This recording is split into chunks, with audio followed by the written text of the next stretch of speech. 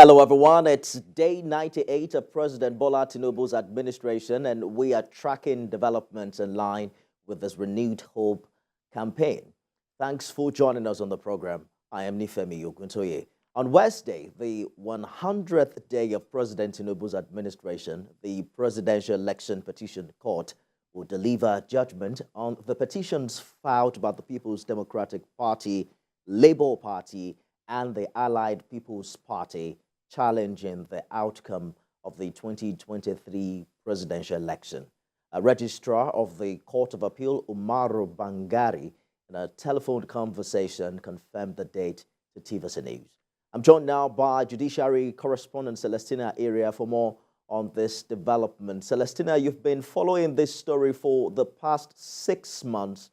A date has now been fixed for the election petition judgment ahead the September 16 deadline. Walk us through the main highlights of the proceedings in the past 170 days. Well, Nifemi, pre-hearing session for the petitions commenced on 8th May. Every petitioner had the opportunity to present their case before the court, talking about the Labour Party, the PDP, the APP, and the APM. Fortunately, the APP withdrew their petition, where they got a hint from the court that that petition ought not to be having filed, talking about exclusion or a lawful exclusion of a particular candidate. So the court right now is left with 3 petitions out of the Labour Party, the PDP, and the Allied People's Movement. The Allied People's case is on placeholder. They are alleging that the vice president was not supposed to be a placeholder, or there's no provision as a placeholder.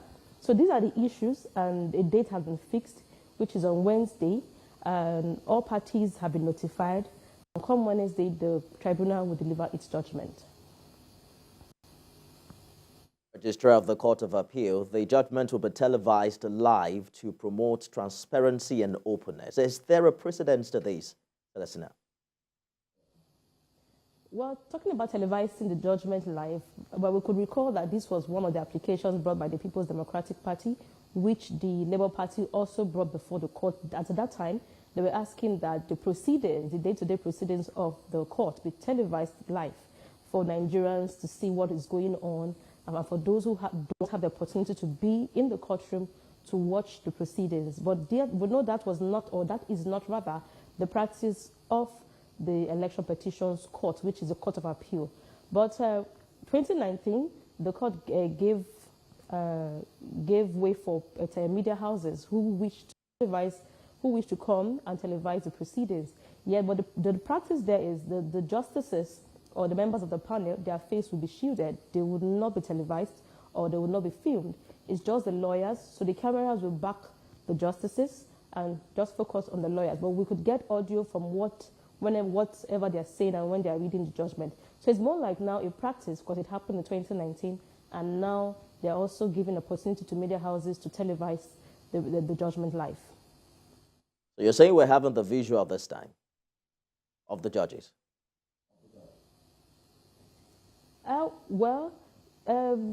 It's going to be a long day, give or take, because usually it's a 5-man panel and headed by Justice Haruna Samani, and it is normally the practice that every member of the panel will have the opportunity to read out their judgment. If it's a unanimous judgment or there's a dissenting judgment, whichever way, the panel, each member will have the opportunity to read his or her own judgment. It's a 5-man panel, 4 men and a lady. So this is what we're expecting on Wednesday. And accreditation has been done again for media practitioners who wishes to be in the court premises. But they've advised that persons who do not have business on that day should please stay in their houses and watch the proceedings from a television set. We understand the decision of the Court of Appeal in this regard is not final. What options are available if there is a displaced party? Well, for presidential election petition, the Court of Appeal, which is the Election Petitions Tribunal, the first instance of any presidential election petition, allows for 180 days. So far, the judgment delivered on the 6th will make it 170 days.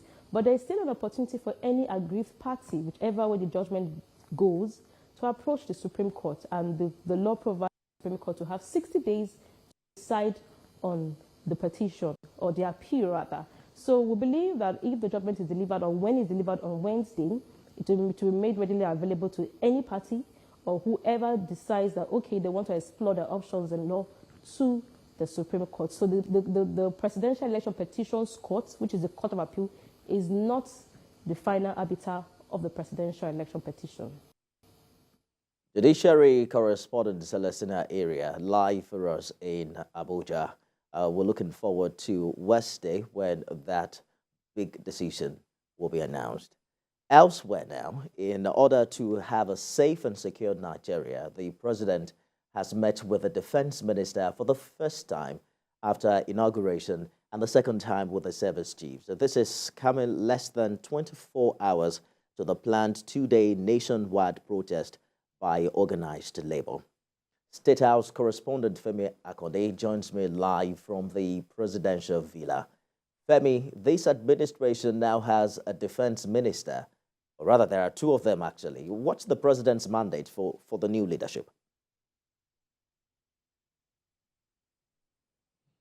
Well, Nifemi, what was discussed in that security meeting was not disclosed to journalists, but we believe that the president was properly briefed in that meeting. These kind of meetings are usually called at the instance of the president and commander-in-chief of the armed forces. And some people are also speculating that it might have something to do with the latest report coming from the Department of State Security, warning people who are planning to foment trouble to deceased, also revealing a plot by some groups in parts of the country to embark on a violent protest and all of that. So we understand that this might be one of the issues discussed in that meeting. And it is also the first time, like you rightly said, the Minister of Defense and the Minister of State for Defense will sit in the security meeting with the Commander-in-Chief of the Armed Forces. So it's just about touching base with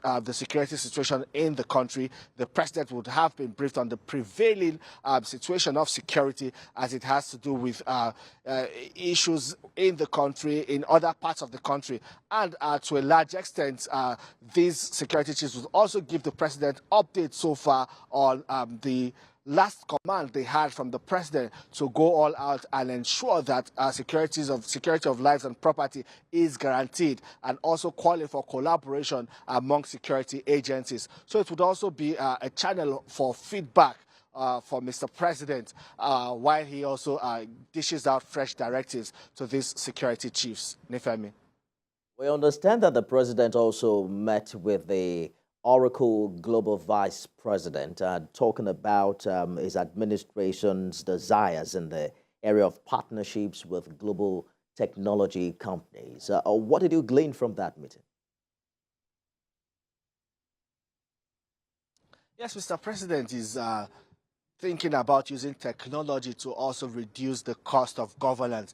He has been emphasizing the need to reduce the cost of governance. And, he told his visitors, that's the global president of Oracle, that, when he was governor in Lagos State, Oracle was used, the software was used to trim down the financial status of the Lagos State government. That is, I'm talking about, their pay. Their payload. He said that, this was used to trim down the payload.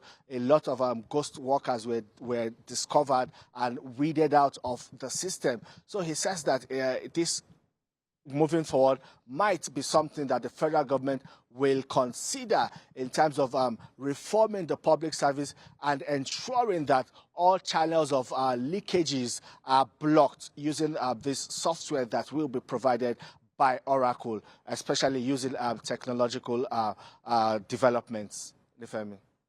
The news just reaching us now says that the Nigeria Labour Congress was absent at the meeting between the Minister of Labour and the TUC.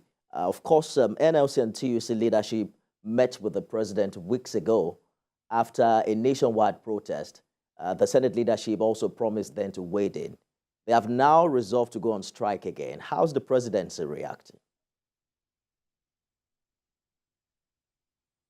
Well, we know that the Minister of Labour and Employment is the one interfacing with the Nigeria Labour Congress and is doing everything within his powers to see how he can prevail on the Nigeria Labour Congress. Well, there's still time before Tuesday when that planned protest, that planned nationwide strike will begin. We know that the government, the federal government, will do everything within its powers between now and that time to see how they can talk to Labour to shelve that plan. But you know, Mr. President is traveling out of the country to attend the G-20 summit in India.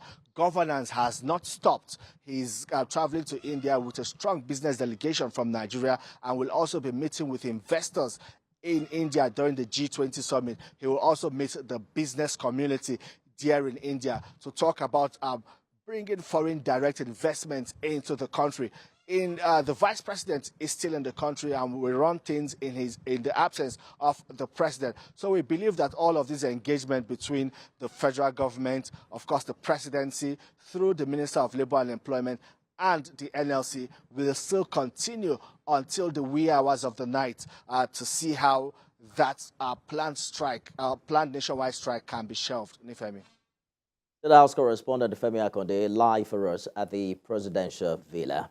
And just like I said, any moment from now, President Tinubu will travel to New Delhi, India, to attend the G20 Leaders Summit in the coming hours. We'll be talking more about the G20 and also news that Nigeria is planning to join the group. That's after this break. Stay with us.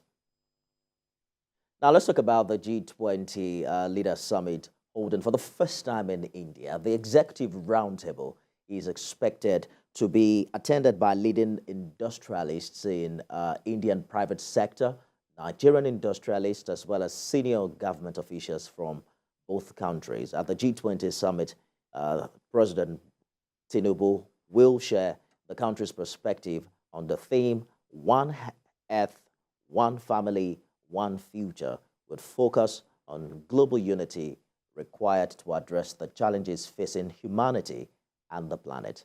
Nigeria's membership of G20, we're told, is also desirable, and the government has embarked on wide-range consultations with a view to ascertaining the benefits and risks of membership.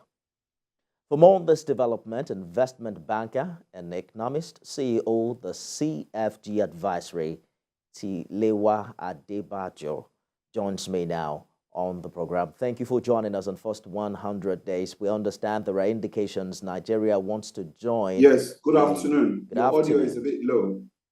Okay, I'm hoping that you can hear me.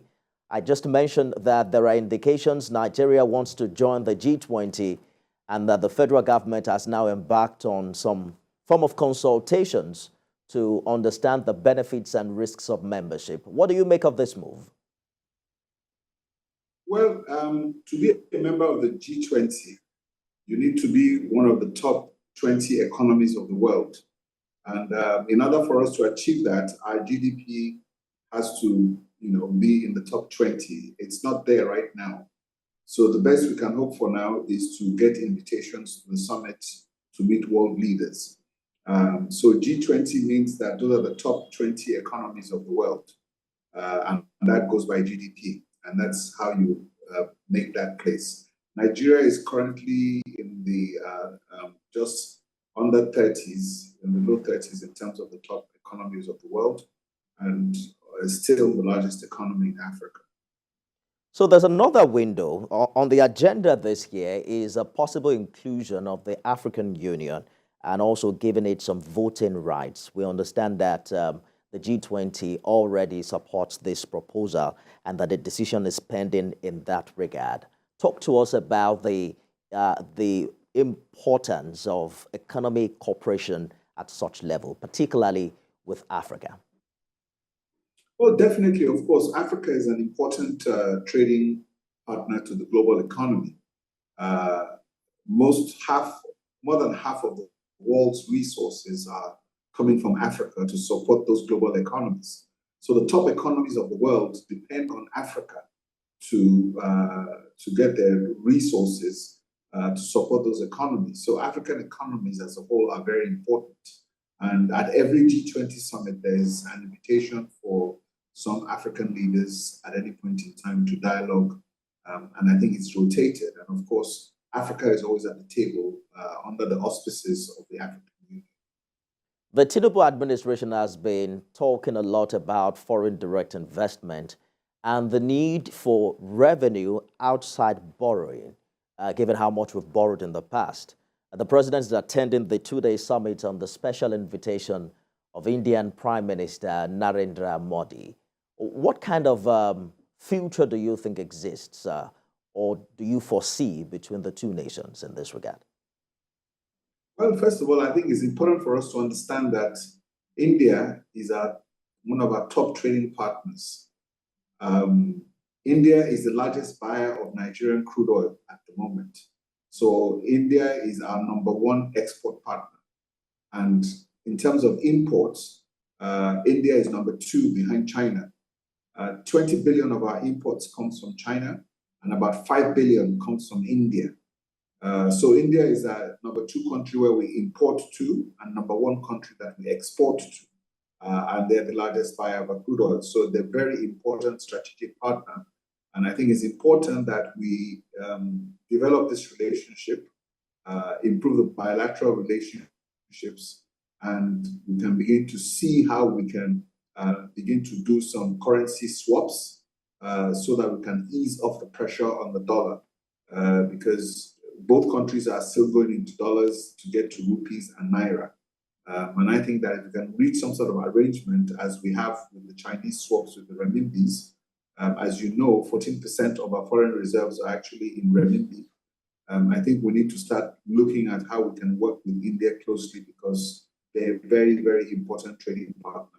Number one when it comes to exports, and number two when it comes to imports. So it's a very important meeting. And as you know, there's a big Indian community in Nigeria who have been here for years doing business in manufacturing. So there's a relationship that I think needs to be explored, and we need to take advantage of that given the problems we have in the Nigerian economy. How much of goodwill would you say the G20 itself is getting around the world and its level of acceptability? In India, for instance, we understand that there was a counter summit. They called it We20 People's Summit, and it was attended by close to 500 participants on the 18th of August. The plan was that it would extend to the meeting proper, but, the government had to intervene. Their position is that the G20 is a neoliberal elite and exclusionary, has an exclusionary nature, claiming that it's not done enough in protecting the environment. Do you agree? Well, these are global political issues in terms of climate change and however you see that. But the G20 has always been inclusive in terms that they tend to invite leaders from other parts of the world because they also understand that they live in a global economy and are dependent on a lot of all these other economies. So a lot of all these groupings don't really mean too much. They're just talk shops whereby you talk about your policies, you talk about the cooperation, but the most important things are your trade policies and the sort of trade deals you have between your countries. Those are what is more important. So these are just avenues or platforms where you go to negotiate or renegotiate existing trade treaties and to be able to meet and greet and make sure that it creates a platform for global leaders, and it makes very good optics. And this is where most of these leaders, review their policies, renegotiate their deals, and most of the African countries also go there and have side meetings with other world leaders they want to see to be able to negotiate what they're interested in. So at the end of the day, it's just a platform for negotiations, and it's a profile. And for us, we have a new president, so it's a big time for Nigeria to be able to talk about the new reforms and to be able to introduce what this government wants to do in Nigeria at the global stage, and to be able to meet world leaders. And don't forget that this is ahead of the UN, the United Nations General Assembly in New York, which will be starting right after this. So these are also opportunities for global leaders to engage and discuss once a year and meet face to face. So we shouldn't read too much meaning into it. Like you said, it boils down to what happens back at home. And just recently, the coordinating minister of the economy, Wale Edun, did say that the last time Nigeria's economy was stable was about a decade ago. And is talking about the need for foreign direct investment, even domestic investment by Nigerians as a way in which the private sector can also come on board. The idea for most Nigerians is that this government wants to play down on borrowing. Talk to us about the relevance of all of these meetings, talk shop like you call them. How can this administration approach them differently and get some gains this time that will be felt back at home? Well, first of all, you have to know your strategy. Like I said, it's important to meet with India because India is our #1 export destination and is our #2 importing country. So in terms of trade, I think India is very important for us because there is a very strategic trading partner. So we need to be able to develop that relationship. We need to be able to enhance that relationship. And we need to talk to the Indians as to what else they might want to do in terms of foreign direct investments in Nigeria. And it's important we look at that because, as you've said, the debt profile is significant. 96% of the revenues are going towards debt service. But right now, with the subsidy removal, which will save about $10 billion a year, between $10 to $15 billion a year, that begins to bring in some headroom. So the debt service ratio might fall, but we have reached our headroom in terms of borrowing. The illegal ways and means financing is currently at about 30 trillion naira. That issue has not been resolved. And the government needs to deal with that. And then you have another $100 billion to $120 billion in official debt that is still outstanding. So we have significant amounts of debt, and we need to find a way to restructure this debt and put Nigeria on a sustainable basis. So our visits to all these forums are very important because this is also where you tell the heads of states of all these other countries about your plan and your intentions and how serious you are about foreign direct investments. And whatever incentives that you require from them, you should be able to convince them to be able to drum up support for you and to drum up support to encourage their companies and their businesses to be able to look at Nigeria differently. Because if the United States and the United Kingdom and other Western nations begin to look favorably towards Nigeria and our perception is better, then, we can begin to see activity there. But our two key trading partners are China and India. United States, we're looking at imports of about $4 billion from them. And Europeans, maybe another, $5 billion.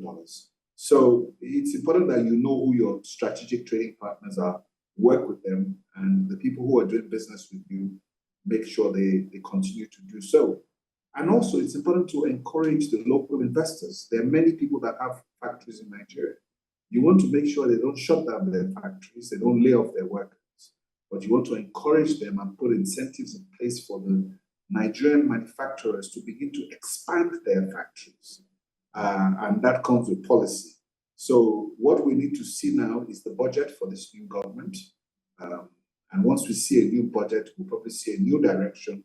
And then when the IMF comes in the first quarter of next year for their Article 4 report, it is important that that report is positive so that we can begin to get a better perception of Nigeria and a credit rating abroad becomes more positive. We're also looking forward to see the impact of full subsidy removal and all of the money the government has been saving in the past months, how they will impact on the economy in the coming days. Investment banker and economist, CEO, the CFG Advisory, Tiliwa Adebajo. Thank you for talking to us. Good evening. That's our program today. You can watch a repeat broadcast at midnight and at 6 a.m. tomorrow. I am Nifemi Okuntoye.